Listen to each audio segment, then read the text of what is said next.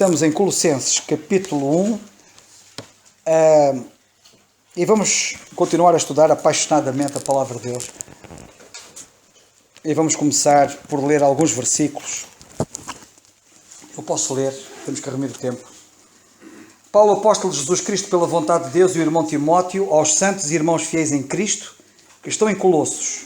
Graça a vós e paz, da parte de Deus, nosso Pai, e do Senhor Jesus Cristo. Graças damos a Deus, Pai do nosso Senhor Jesus Cristo, orando sempre por vós, porquanto ouvimos da vossa fé em Cristo Jesus e do amor que tendes para com todos os santos, por causa da esperança que vos está reservada nos céus, da qual já antes ouvistes pela palavra da verdade do Evangelho, que já chegou a vós, como também está em todo o mundo, e já vai frutificando, como também entre vós, desde o dia em que ouvistes e conhecestes a graça de Deus em verdade. Como aprendestes de Epáfras, nosso amado conservo, que para vós é um fiel ministro de Cristo, o qual nos declarou também o vosso amor no Espírito. Por esta razão, nós também, desde o dia em que o ouvimos, não cessamos de orar por vós e de pedir que sejais cheios do conhecimento da sua vontade, em toda a sabedoria e inteligência espiritual, para que possais andar dignamente diante do Senhor, agradando-lhe em tudo, fortificando em toda a boa obra e crescendo no conhecimento de Deus, corroborados em toda a fortaleza, segundo a força da sua glória, em toda a paciência e longanimidade com gozo, dando graças ao Pai, que nos fez idóneos para participar da herança dos santos na luz, o qual nos tirou da potestade das trevas,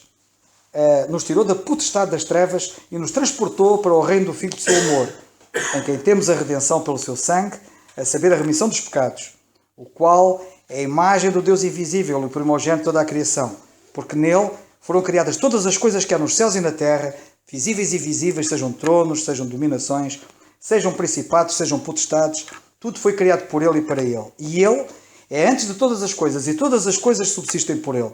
E ele é a cabeça do corpo da igreja, é o princípio e o primogênito entre os mortos, para quem tudo tenha a preeminência. Porque foi do agrado do Pai que toda a plenitude nele habitasse, e que, havendo por ele feito a paz, pelo sangue da sua cruz, por meio dele reconciliasse consigo mesmo todas as coisas, tanto as que estão na terra como as que estão nos céus. A vós também, que noutro tempo erais estranhos e inimigos no entendimento, pelas vossas obras más, agora contudo vos reconciliou, no corpo da sua carne pela morte, para perante ele vos apresentar santos, irrepreensíveis e inculpáveis, se na verdade permanecerdes fundados e firmes na fé, e não vos moverdes da esperança do Evangelho, que tendes ouvido, o qual foi pregado a toda a criatura que há debaixo do céu, e do qual eu, Paulo, estou feito ministro. Regozijo-me agora no que padeço por vós, e na minha carne cumpro o resto das aflições de Cristo, pelo seu corpo, que é a Igreja, da qual eu estou feito ministro, segundo a dispensação de Deus, como foi concedida para convosco, para cumprir a palavra de Deus, o mistério que esteve oculto desde todos os séculos e em todas as gerações, e que agora foi manifesto aos seus santos, aos quais Deus quis fazer conhecer quais são as riquezas da glória deste mistério entre os gentios, que é Cristo em vós, esperança da glória, a quem anunciamos, admoestando a todo o homem e ensinando a todo o homem toda a sabedoria, para que apresentemos todo o homem perfeito em Jesus Cristo. E para isto também trabalho, combatendo, segundo a sua eficácia, que obra em mim poderosamente. Eu, quando leio a palavra de Deus, e particularmente as epístolas de Paulo, e particularmente este capítulo, eu digo assim, como é que é possível um indivíduo só de ler não perceber? É impressionante. Aquilo que ele diz é fantástico. E eu falo aqui no mistério, parece que era toda a gente a dormir. Eu acho que em anos de igrejas onde eu passei, nem nunca falaram nisso. E eu passo a vida a falar nisso. É impressionante. Mas eu vou passar a palavra a quem tiver já um pensamento. Daniel, podes avançar, ou outro irmão. Se alguém tiver um pensamento, faz favor. Eu não tenho propriamente um pensamento. Mas chega aqui, só não, eu falo alto. Dá para ouvir. Sim, mas... Eu não tenho propriamente um pensamento para dizer, mas é para completar uma ideia. Eu tinha trazido um mapa para mostrar, mas o computador já não está aqui. A questão é sobre o versículo 6, um bocadinho atrás, que já chegou a vós como também está em todo o mundo. E houve uma pequena... Como é que é possível que o Evangelho tenha chegado a todo o mundo? Pronto, que mundo é este? O irmão Alberto explicou isso muito bem. Um abraço para o irmão Alberto. Explicou isso muito bem e é claro nesse aspecto. Agora, em termos materiais, em termos físicos, como é que isso chegou a todo mundo? É muito simples. Ovo de Colombo. Não é ovo de Colombo. É muito simples. Uma palavra. A Rota da Seda. A Rota da Seda. A Rota da Seda já existia há mais de 200 anos na região. A Rota da Seda, aquela região era o terminal e o começo. No sentido, a Rota da Seda começava na China, ia até Tombuctu, ia até a Somália, ia até ao norte da Europa, ia pelo centro da Ásia, atravessava todo este mundo conhecido, o cosmos. Portanto, recentemente foi descoberto um documento chinês que no ano 166 já havia romanos em Pequim. Portanto, é muito simples de compreender como é que a palavra chegou a todo o mundo. Todo o mundo, cosmos. Porque a Rota da Seda não só era um meio de comunicação de comércio, porque era o comércio, trazer a seda da China, levar o ouro de Tombuctu, por exemplo, para as outras regiões, o sal, por exemplo, outro dos elementos que era importante, mas também com isso ia conhecimento, tecnologia, informação, espionagem, uma série de coisas. Portanto, quando nós compreendemos a história da humanidade, é muito fácil compreender como é que a palavra chegou a todo o mundo. Palavra, o testemunho de Deus. O irmão Alberto referencia que já havia cópias na Índia. Mas as cópias, no ano 600, havemos já mais uma série de cópias. As cópias chegaram para todo o mundo. Portanto, é muito fácil, quando conhecemos a história da humanidade, compreendermos isso. Não esquecer que o Roma era, de facto, o centro do mundo no Ocidente, mas não podemos esquecer que havia a China, que era uma potência. E continua a ser. Havia a Índia, havia a Indonésia. Portanto, tudo isto é fácil de compreender como é que a palavra chegou a todo o mundo. Obrigado, José Luís. Olha, eu vou-te dizer uma coisa que é assim: não desprezes o dom que há em ti. E com isto não digo mais nada. Não desprezes o dom que há em ti. Que o Senhor te abençoe e te use. Vamos continuar. Foi muito bom. Tem sido muito bom tudo isto. Não percamos tempo, irmãos. Sabem que o tempo vale muito, tem muito valor. Vale dinheiro, como se costuma dizer. Tempo é dinheiro.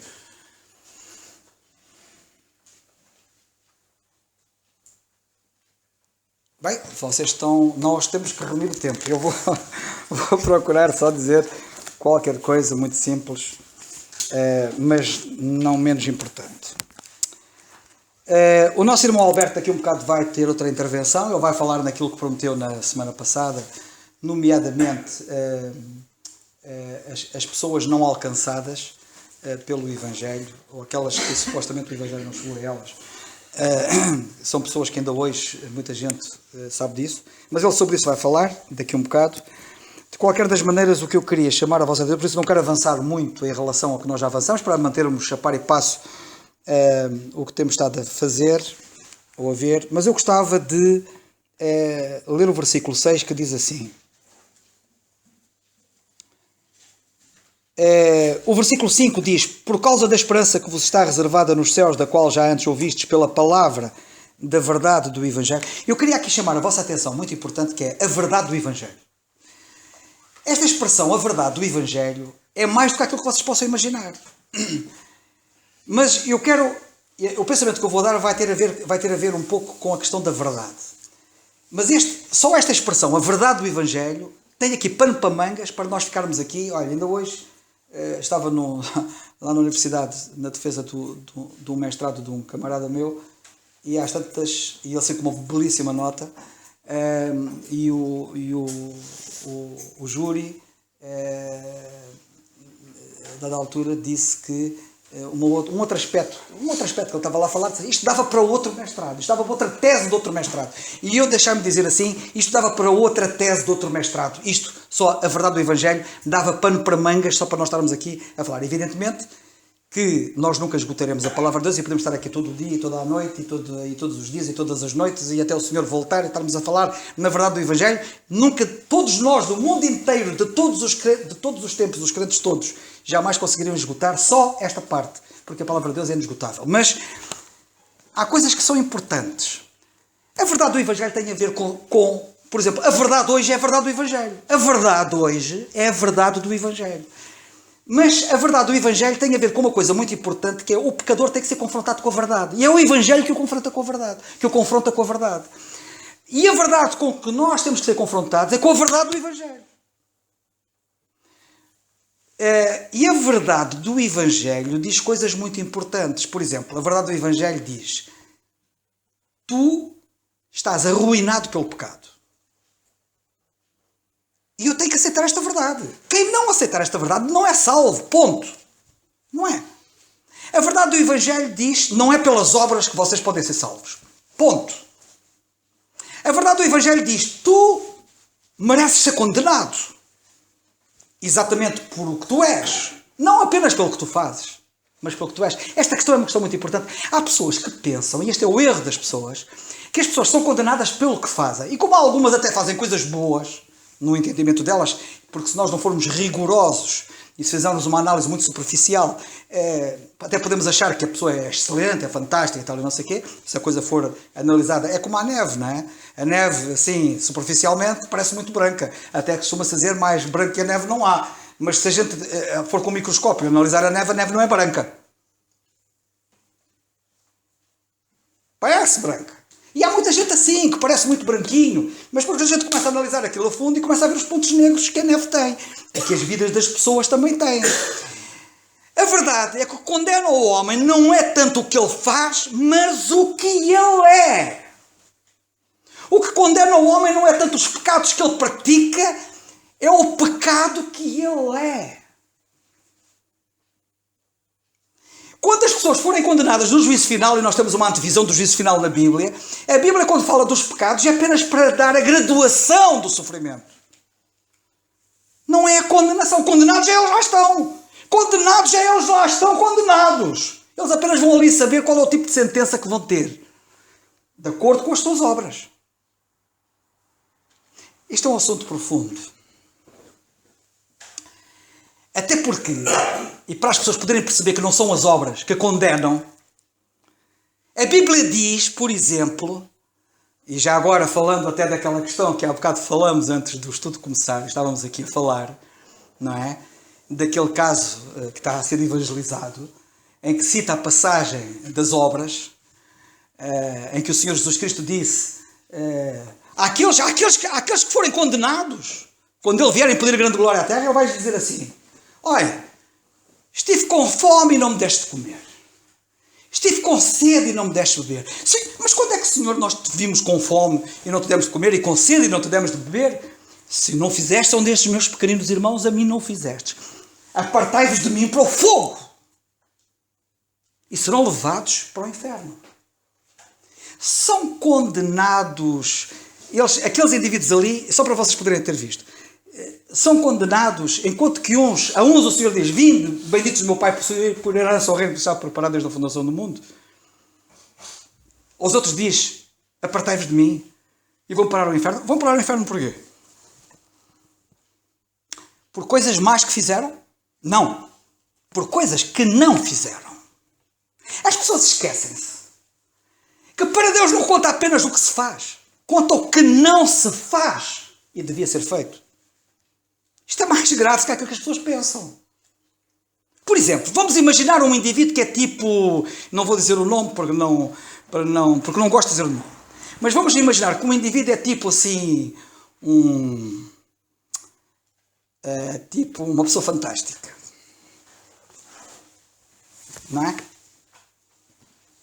E aquele indivíduo levanta-se de manhã e vai fazer a vida dele e passa por 1, 2, 3, 4, 10, 20, 30, 50, 100 pessoas e não fala de Cristo nenhuma delas. Esse indivíduo devia fazer coisas que não faz. Não está a fazer coisas que devia.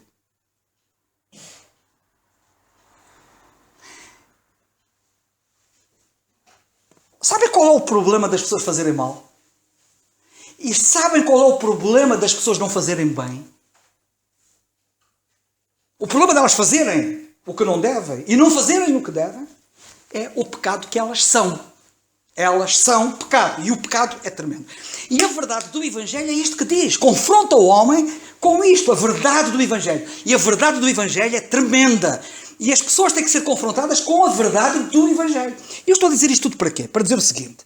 No versículo 6 diz assim, que já chegou a vós, como também está em todo o mundo, e já vai frutificando, como também entre vós, graças a Deus que deu fruto no caso deles, graças a Deus que deu fruto no meu caso, graças a Deus que deu fruto no vosso caso, graças a Deus porque tem dado fruto no caso de muita gente, mas infelizmente não deu fruto ainda em muitos.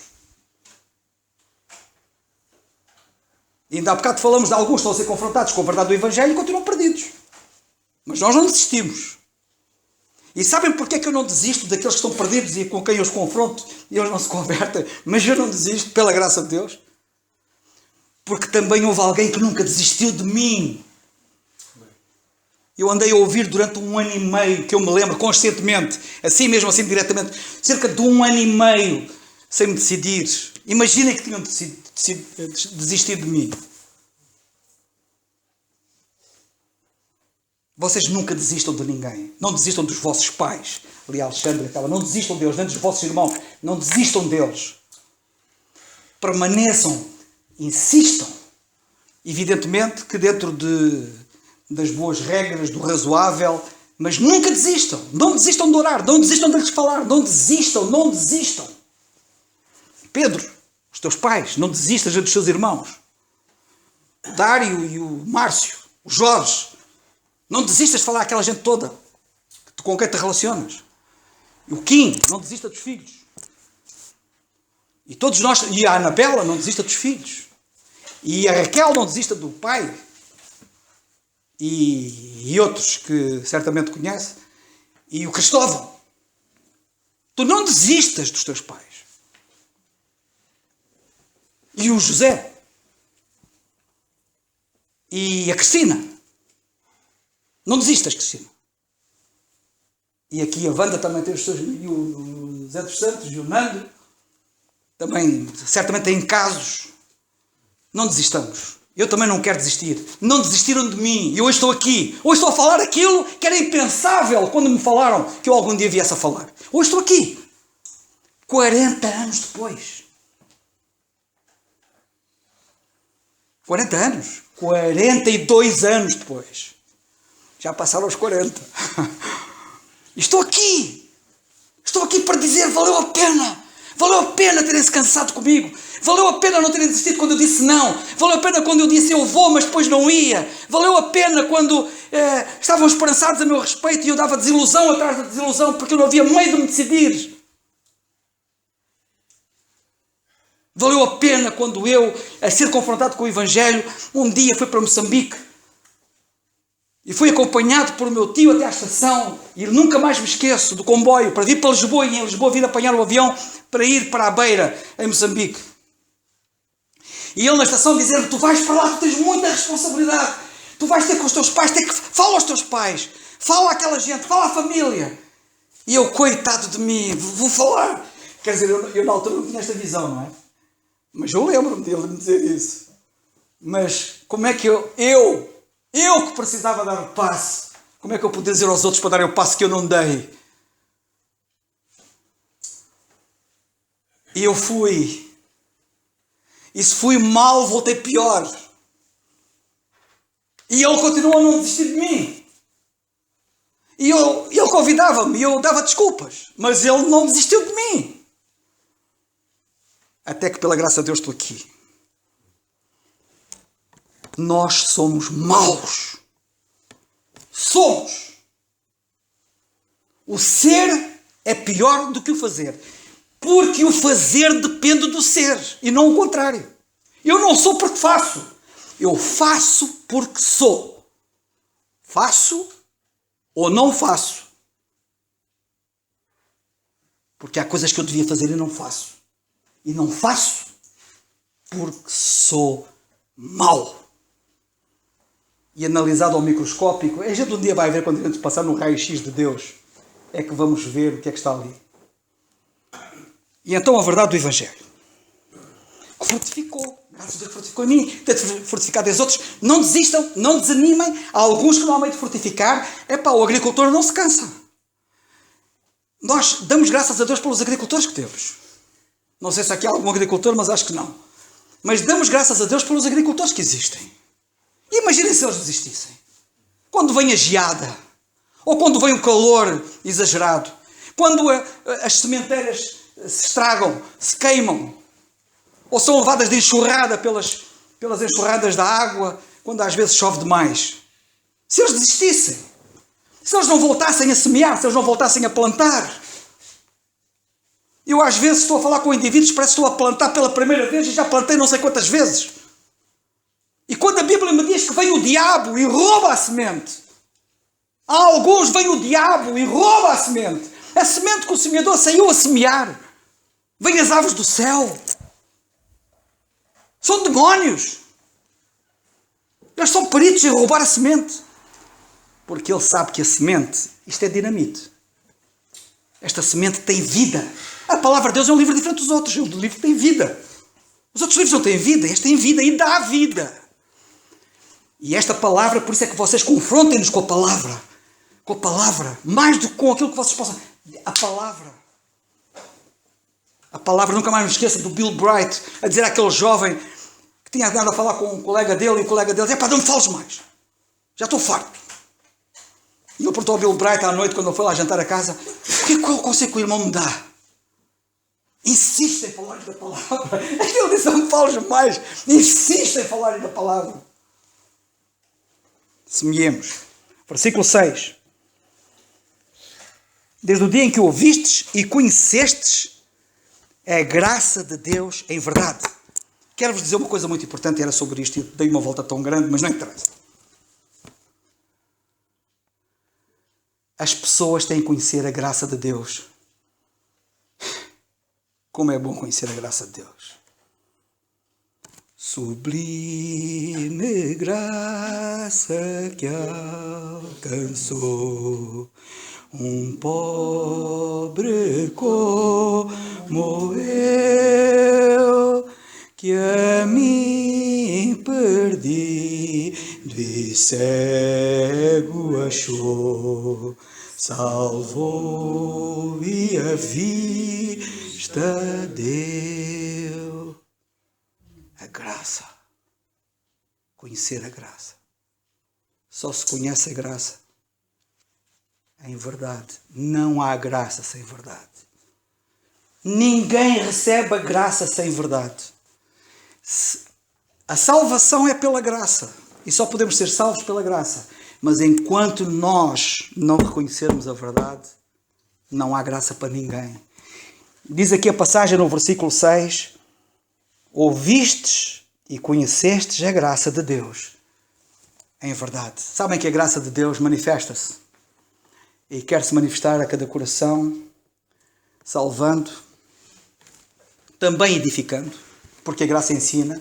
E já agora, só para vocês poderem ver, eu queria que vocês vissem, não sei se é na segunda, se é na terceira carta de João, um pequeno pensamento a esse respeito, e que diz assim, não sei se é na segunda, se é na terceira, mas eu confirmo já, e que diz assim, se é na terceira, não,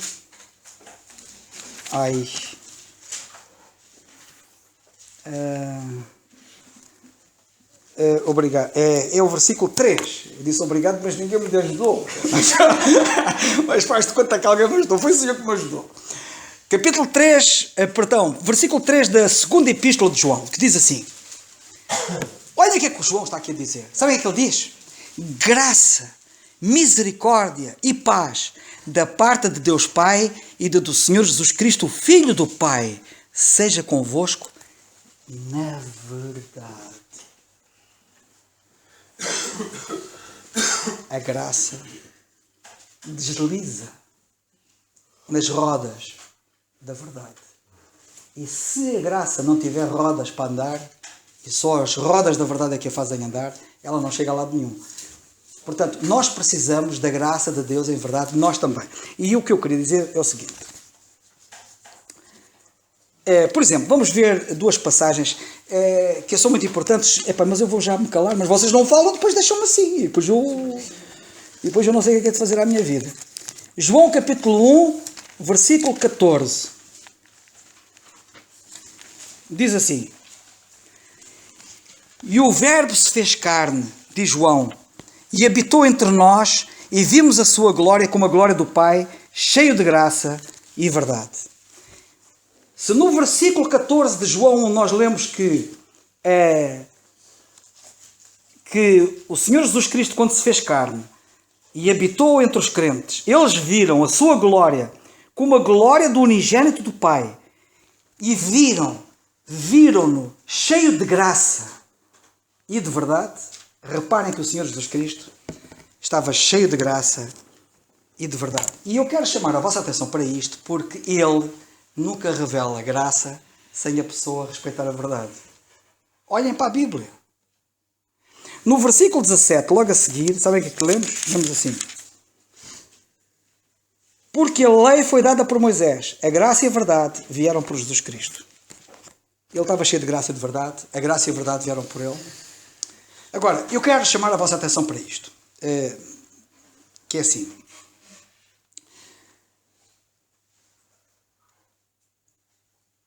Para não perder a ligação com o que eu tenho, antes disso eu tenho que fazer aqui um parênteses, que é para dizer o seguinte: nós não confundamos a graça de Deus numa dispensação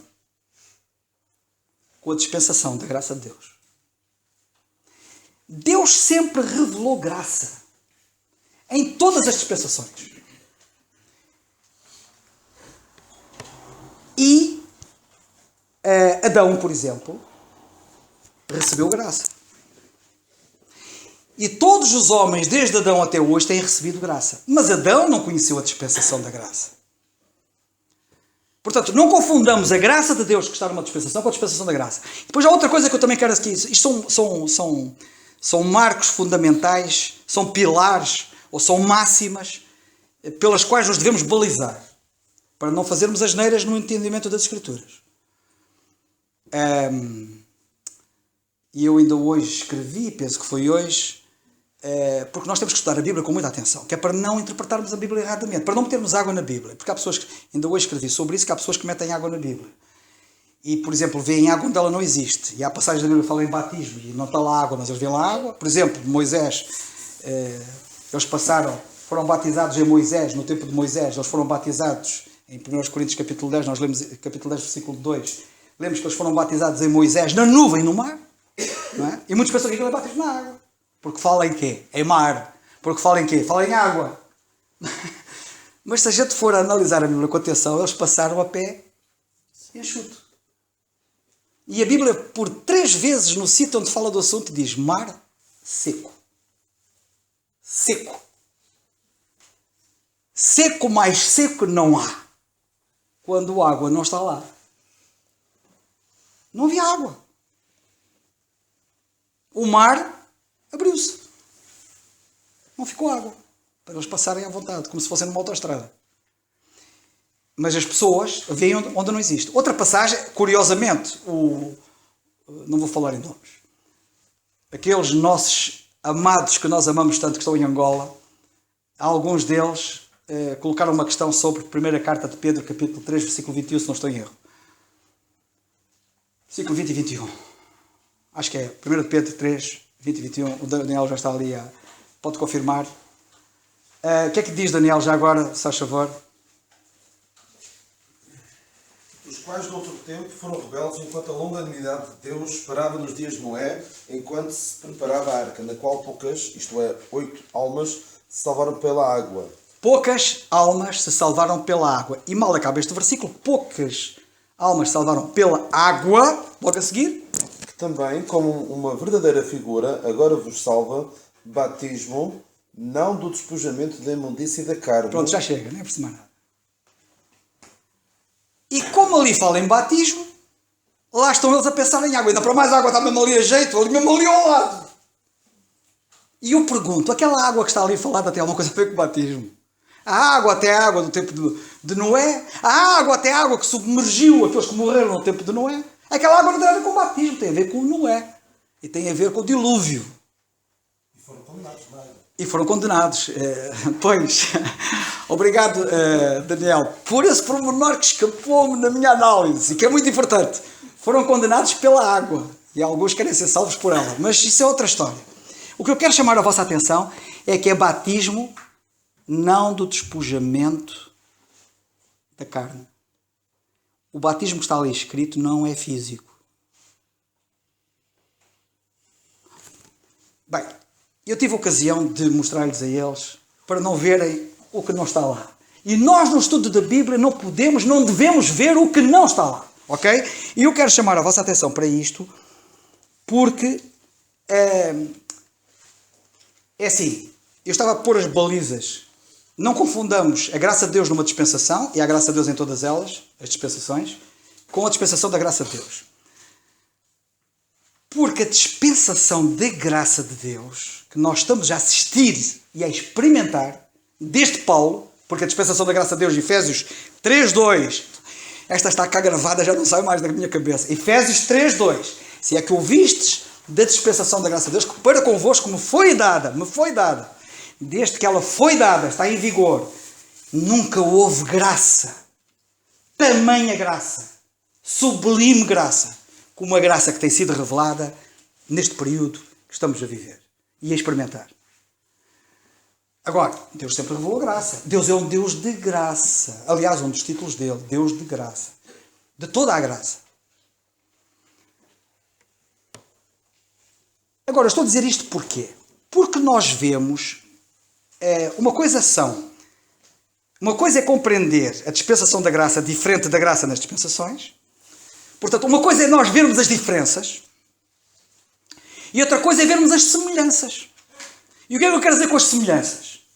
Há princípios que não mudam nas dispensações.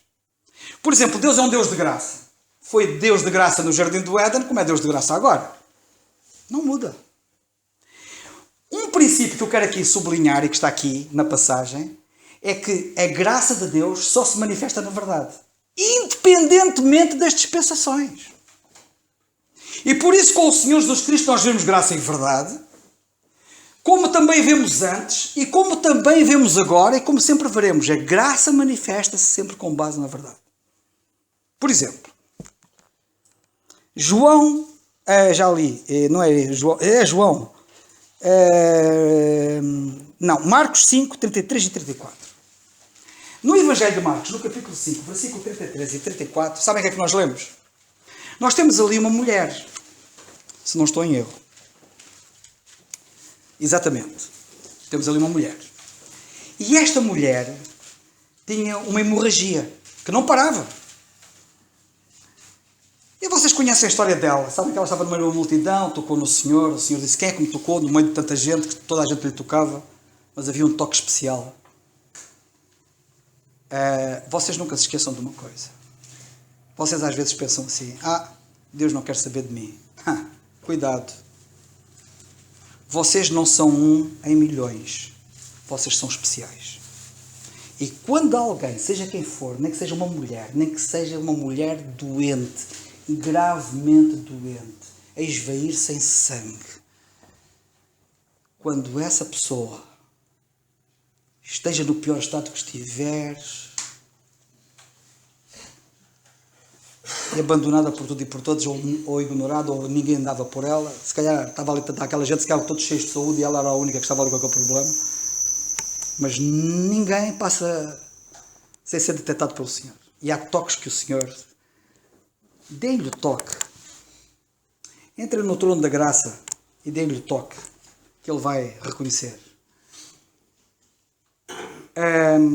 Nesta passagem nós lemos assim, quem é que lê, por favor? Alguém que esteja lá, 33, 34, rapidamente, Marcos 5.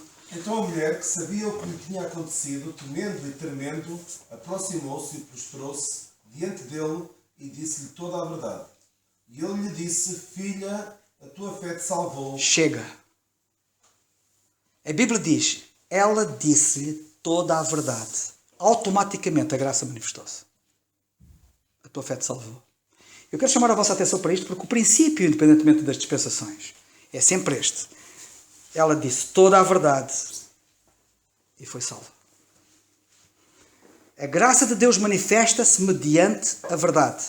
A graça e a verdade vêm pelo Senhor Jesus Cristo. Eu quero chamar a vossa atenção. Eu tinha mais passagens, mas eu vou-me calar. Eu já falei demais. Epá, não, vem aqui. Não, anda cá. Chega aqui. Não. seja uma palavra, seja 1 milhão de palavras, Ia dizer só a palavra confissão.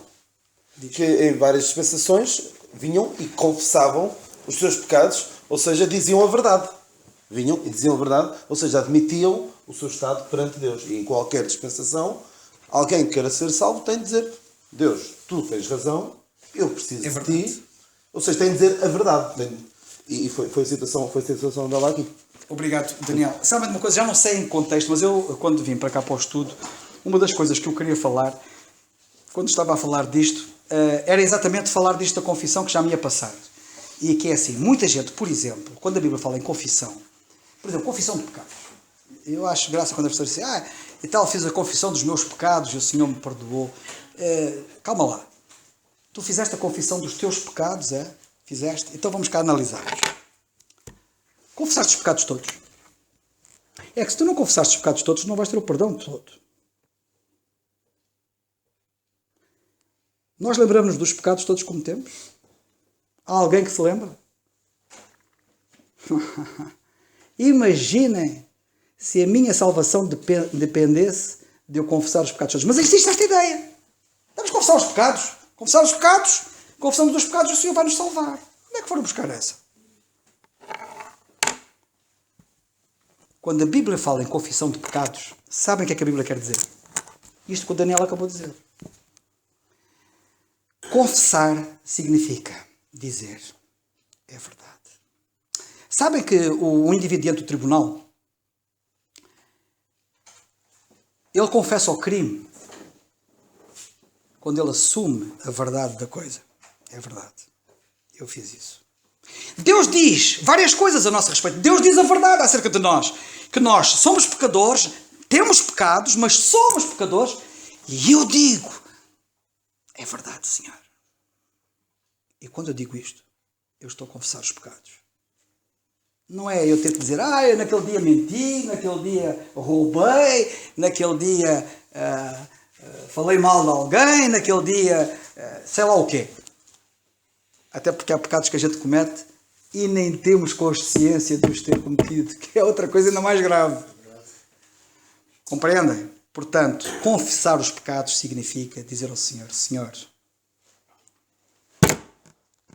é verdade o que tu dizes a meu respeito. Em mim não há bem nenhum. Não sou nada. Percebem? Temos que estudar bem a Bíblia. Compreender bem a Bíblia. Esta ideia, que acabamos agora de falar da confissão de pecados, é uma ideia que está entranhada erradamente na cabeça de muita gente. As pessoas nem pensam. Porque se pensarem, se eu, para ser salvo, dependesse da confissão dos meus pecados, então eu nunca seria salvo. Já estou como o Daniel, quando ele dizia, se o Senhor dissesse, olha, para vocês serem salvos tem que mexer apenas o dedo, assim, só o dedo, assim. E depois a gente mesmo assim não sabia, mas mexer o dedo como? E mexê-lo mais à frente, mais atrás, mais acima, mais abaixo, mais para o lado. Como é que a gente vai mexer o dedo? E a confissão dos pecados é a mesma coisa. Então, mas é a confissão de pecados, então... E aqueles que eu me esqueci? E aqueles que eu não me lembro? E aqueles que nem têm consciência? Graças a Deus, que a verdade do Evangelho diz que o sangue de Cristo nos purifica de todo o pecado e a obra que ele realizou, a Carta aos Romanos, capítulo 3, mostra que ele cobre os pecados em ignorância. Mediante a nossa confissão. E a confissão é dizer, é verdade. Isto está, Romanos 10. Anda cá. Olha, Daniel. Tu és importante, pá. Tu não podes ir para aí. Somos todos pela graça de Deus. Mas queria só dizer que a palavra, eu fui procurar em Romanos 10:10, quando fala da palavra explica confessar. Isso, explica 10:10, porque convém explicar sempre que é segurança para todos. Aquele que fala de confessar. Sim. Agora não tenho. Fui ver só a palavra confessar. Podes ler. Posso. Mas a palavra. Não, mas diz o que ia já dizer. A palavra é no grego homologeo. E que significa, na verdade, dizer a mesma coisa que o outro. Concordar. Admitir. Aqui, esta passagem de confessar ao Senhor Jesus não é. É reconhecer. É reconhecer, admitir. É isso. No fundo, chegar ao fim de nós mesmos. Porque o que diz a palavra da verdade do Evangelho é que nós não chegamos lá. Não somos suficientemente bons. O que diz a mentira das más notícias é que tu és bom, tu precisas aí de uns ajustes. É o que dizem as religiões, é o que diz o humanismo, é o que dizem várias filosofias, mas a palavra da verdade do Evangelho diz... Serás igual a Deus. Exatamente. Essa mensagem é velha, mas serás igual a Deus. Exatamente. E é isto que diz a verdade do Evangelho. É que tu não prestas, tu não chegas, tu és, a palavra de Deus diz, tu és tão mau que nem Deus te pode consertar. Tu tens de morrer com Cristo e ressuscitar com Cristo para uma nova vida. De outra maneira não vais lá. É isso que diz a palavra da verdade do Evangelho. E por isso é que as pessoas não gostam da verdade do Evangelho. Porque a verdade do Evangelho fere. É um murro no estômago. Esmaga. É um murro no estômago. É, que as pessoas esmaga. levam. E é por isso que a Bíblia fala na ofensa da cruz. Porque a verdade da mensagem da cruz ofende. Ofende. E ofende, ou seja, fere para curar. Exatamente. Ofende para salvar. Como as pessoas não gostam. As pessoas gostam é que lhes afaguem o ego. Sim, exatamente. E quando alguém chega lá ao pé deles diz assim, olha, o teu ego, de facto, olha, esquece o teu ego. Exatamente. O teu ego não vale nada. Exatamente. Tu não vales nada, não és nada. E a pessoa não gosta de ouvir isso. Eu lembro de um médico que, dada a altura, dizia a um doente que estava-se a queixar dos modos pouco simpáticos dele, ele dizia assim, tu preferes alguém que te segure na mão enquanto tu morres, ou preferes alguém que te diga, tu tens este problema, mas eu estou aqui para o resolver? As pessoas preferem, no geral, alguém que, tudo bem, estás no caminho certo, precisas de alguém morrer. E ela a morrer, a caminhar a passos largos para o inferno. E alguns fazem isto na igreja. Em igrejas. Com a Bíblia na mão e com responsabilidade das pessoas que estão à frente deles. Mas o que nós dizemos aqui, com todas as letras, é, desculpem lá a frontalidade, tu não prestas. Não é que eu seja melhor, eu também não presto, por isso, mas precisas da graça de Deus para seres salvo. Precisas chegar ao fim de ti mesmo e depois Deus pode usar. Aliás, há muita gente que até pergunta assim, porquê que eu preciso de Jesus Cristo? Exatamente porque eu sou da zero. Exatamente. É por isso que eu preciso dele. Exatamente. Porque senão precisava de ti, ou de outro qualquer, ou de outra coisa. E eu se sou zero, não é um zero que me vai resolver o problema. Outro zero. Que Deus nos ajude. Pronto, obrigado. Não te queres dizer uma coisa? Vais terminar com a oração. Só favor. Esqueci-me do irmão Alberto. Irmão Alberto, peço desculpa. Mas vais orar primeiro e depois a gente não tem que acabar da mesma maneira. Oramos primeiro, ouvimos o irmão Alberto e termina o culto. Só antes de orar, o mesmo se aplica àquela mulher cananeia, não é? Portanto, a partir do momento em que ela admitiu. Quando ela disse a verdade. Sim, e relativamente em termos dispensacionais. Sem dúvida, em termos dispensacionais. Só foi quando ela disse a verdade que os cachorrinhos comiam das migalhas que caem da mesa dos seus senhores, é que ela foi atendida. Porque enquanto ela quis clamar a bênção, neste caso a cura da filha, diretamente, foi-lhe recusado. O próprio Senhor recusou. Mas quando ela se situou no plano dispensacional, dizendo a verdade, dizendo, sim Senhor, é verdade que o pão é para os filhos, não é para os cachorrinhos. Mas também é verdade, Senhor, que os cachorrinhos comem das migalhas que caem da mesa dos seus senhores. E Deus abençoou os gentios, que era o caso dela, através dos judeus. Porque a salvação vem dos judeus. E quando ela se situou neste patamar, o Senhor disse, nunca vi fé como isto. Isto é demais. Ela colocou-se numa situação de verdade, a graça manifestou-se. É mais um exemplo. Temos muitos exemplos na Bíblia, mas obrigado por essa observação. Mas Fernando vai orar. Olha que o irmão Alberto depois não fala. O irmão Alberto, se não falar, já sabe que a culpa é do José. E bem disseste que o Senhor revela sempre graça ao longo das dispensações, não é? E quando falaste ali na água, não sei se queres fazer algum comentário de mais. Não posso falar mais, já não tenho tempo. Em Hebreus, no capítulo 11, versículos 6 a 7, diz, ora, sem fé é impossível agradar-lhe, porque é necessário que aquele que se aproxima de Deus creia que Ele existe e que é galardador do que os buscam. Voltando a Noé. 7. Pela fé, Noé, diz que foi batizado, mas, portanto, pela fé Noé, divinamente avisado das coisas que ainda não se viam, temeu. E para a salvação da sua família, preparou a arca, pela qual, quando não o mundo, foi feito herdeiro da justiça, que é a segunda fé. Portanto, não diz aqui que Noé, pela fé, batizou-se. Claro que não. Só ali naquele... Bem, eu nem vou comentar. Eu acho que já está claro. Bem, então o Nando vai orar, se faz favor. Senhor, nosso bendito e amado Pai, de facto é na verdade, Senhor, que está depositada a nossa esperança, Senhor. E é com esta mesma verdade, Pai, que vamos aos Teus pés e entramos no Teu trono da graça, Senhor. É verdade. Com a garantia absoluta, Senhor, de que a promessa que Tu fizeste ao longo dos tempos, Senhor, ao homem, Senhor, de que se reconhecesse de facto, lá está, confessasse, ou seja, reconhecesse o seu erro, Pai, e o seu estado, que era o nosso estado, Senhor, outrora, separados, Senhor, pelo pecado, e através da cruz, Senhor, isso foi aniquilado, Senhor, ou seja, foi derrubada essa barreira, Pai, através do nosso Senhor Jesus Cristo. Obrigado por isso. Te agradecemos ainda aquilo que vamos ouvir agora pelo nosso irmão Alberto, Pai. Te agradecemos por ele, te agradecemos também por aquilo que tens feito na vida dele, te agradecemos pela sua família, Pai. E mais uma vez, Senhor, obrigado pela bênção que tem sido podermos partilhar da Tua Palavra, da verdade, Senhor, através destes estudos, Senhor. Obrigado por aquilo que ainda vamos ouvir e te agradecemos, Senhor, por cada filho Teu aqui presente, Senhor. As lutas são muitas, as batalhas são diárias, mas a maior luta, Pai, de facto, é levarmos, Senhor, almas a Ti, Senhor. É podermos falar dos outros, Senhor, falarmos de Ti aos outros, Pai, da grande vitória que é, Senhor, a vitória na cruz, Pai, através do Senhor Jesus Cristo.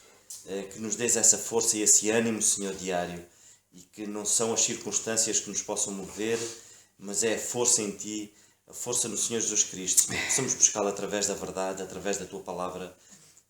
E agora, neste momento, te damos graças por aquilo que vamos ouvir, no santíssimo nome do Teu Filho, nosso Senhor Jesus Cristo. Amém. Amém. Vamos então ouvir o nosso irmão Alberto. É com muita alegria que participo dessa reunião edificante com os irmãos. Agradeço por permitir dividir este pensamento. Ainda abordando a questão do Evangelho estar em todo o mundo, no verso 6 do primeiro capítulo de Colossenses. O que acontece às pessoas que nunca tiveram a chance de ouvir a respeito de Jesus? Sabemos que a raça humana é pecadora. Todos nós rejeitamos este conhecimento de Deus e contra ele nos rebelamos. Romanos 3,11 diz: não há ninguém que entenda, não há ninguém que busque a Deus. As pessoas rejeitam o conhecimento de Deus que se faz presente na natureza, em seus próprios corações, que é a consciência, e ao invés disso, decide então adorar um Deus, entre aspas, de sua própria criação e imaginação. E ninguém tem qualquer desculpa. Romanos 1, 19 e 20 diz: porquanto o que de Deus se pode conhecer é manifesto entre eles, porque Deus lhes manifestou. Porque os atributos invisíveis de Deus, assim o seu eterno poder, como também a sua própria divindade, claramente se reconhecem desde o princípio do mundo, sendo percebidos por meio das coisas que foram criadas. Tais homens são, por isso, indesculpáveis. Longe da graça de Deus, Deus nos entregaria aos desejos pecaminosos de nossos corações, permitindo que descobríssemos quão inútil e miserável é a vida longe dele. Isso é o que ele faz com aqueles que o rejeitam e se rebelam. Romanos 1, de 24 em diante. Agora um texto principal que eu gostaria de dividir com os irmãos. Romanos 2, do verso 14 a 16. Diz assim: porque quando os gentios que não têm lei fazem naturalmente as coisas que são da lei, não tendo eles lei para si mesmo, são leis, os quais mostram a obra da lei escrita no seu coração, testificando juntamente a sua consciência e os seus pensamentos, quer acusando-os, quer defendendo-os, no dia em que Deus há de julgar os segredos dos homens, por Jesus Cristo, segundo o meu Evangelho. Dois fatos importantes aqui. Primeiro, Deus é justo e não vai tratar ninguém injustamente. Outra, ninguém será salvo a não ser pela obra da cruz de Cristo na cruz. Ainda que não saiba bem o que isso significa. Por exemplo, um bebê, uma criança que nasce e morre, está salvo porque Jesus morreu e derramou seu sangue para pagar pelo seu pecado. Deste bebê, sim, ainda que ele não saiba disso. Sei, é uma questão complicada e complexa, mas podemos destacar duas passagens. Isaías 7, verso 15.